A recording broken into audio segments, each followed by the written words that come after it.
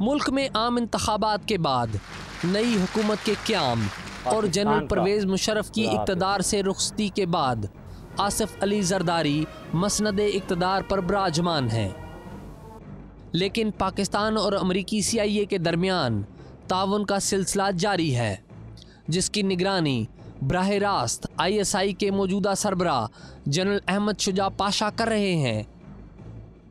ताहम पाकिस्तान के दौरों के मौका पर CIA के सरबराह की army chief general Ashfaq Parvez Kayani से हर दौरा पर खुसूसी मुलाकात होती है।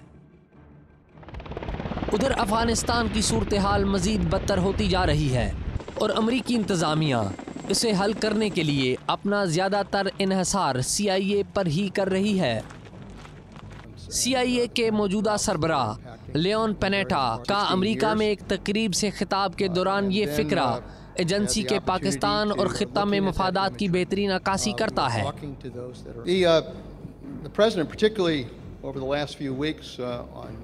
गुज़श्ता कई हफ्तों में जब हम पाकिस्तान और अफगानिस्तान की हिकमत अमली पर गौर करने के लिए मुलाकातें करते हैं, मेरी अमरीकी सदर से मुलाकातें 3-3.5 घंटों तक चली जाती हैं। पाकिस्तान और अमरीका के दरमियान ताउन का बुनियादी नुक्ता तो दहशतगर्दी ही है, लेकिन अमरीकी CIA पाकिस्तान के इस ताउन से ताहाल मुतमिन नहीं है। ISI के साबिक सरबराह lieutenant general retired Javed Ashraf Qazi, जो कि आजकल सेनेट की कायमा कमेटी बराए दफा और दफाई पैदावार के चेयरमैन हैं, की ज़ेर क़यादत कमेटी के अरकान का हालिया दौरा अमरीका में इसका सबूत मिलता है। जावेद अशरफ काजी की निगरानी में कमेटी के दौरा अमरीका की रिपोर्ट तैयार की गई है, जिसकी एक कापी द स्पाई मास्टर के पास भी मौजूद है। रिपोर्ट में अमरीकी CIA के एक आला अफसर के साथ मुलाकात से कबल जावेद अशरफ काजी ने अमरीकी हाउस आर्म्ड सर्विसेज कमेटी के चेयरमैन जॉन टायरनी से मुलाकात की, जिसमें अमरीकी एहलकार ने इंकशाफ किया कि इस वक्त CIA और ISI के दरमियान अदम एतमाद पाया जाता है। इस पर जावेद अशरफ काजी ने कहा कि पाकिस्तान में तो सबको यही मालूम है कि दोनों इदारे मिलकर काम कर रहे हैं, और अगर ऐसा कोई पैगाम पाकिस्तान में गया तो उसका मनफी असर होगा। दरअसल अमरीकी CIA का दावा है कि पाकिस्तान दहशतगर्दी के ख़िलाफ़ जंग में अफ़गानिस्तान में अमरीकी फ़ौज से बरसरे पैकार तालिबान के हक़ानी ग्रुप को निशाना बनाने से गुरेज़ा है और उसे कबायली इलाका में महफूज ठिकाने दिए हुए हैं, जबकि पाकिस्तानी हुकाम का कहना है कि CIA उन अनासर के ख़िलाफ़ कार्रवाई नहीं करती जो पाकिस्तान में हमले करते हैं, और ना ही CIA पाकिस्तान के साथ इंटेलिजेंस मालूमात का मुनासिब तबादला करती है।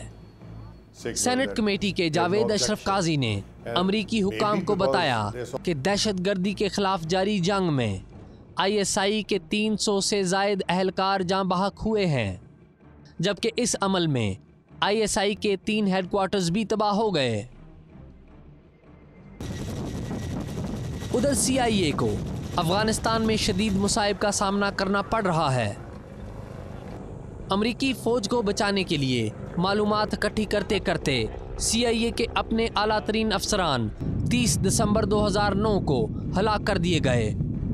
उर्दन से ताल्लुक़ रखने वाले डॉक्टर अबू दजाना ने खोस्त में इन अफसरान पर खुदकश हमले से कबल पाकिस्तानी इलाकों में मौजूद तहरीक तालिबान के सरबराह हकीमुल्लाह महसूद के हमरा अपना आखिरी वीडियो पैगाम रिकॉर्ड करवाया था।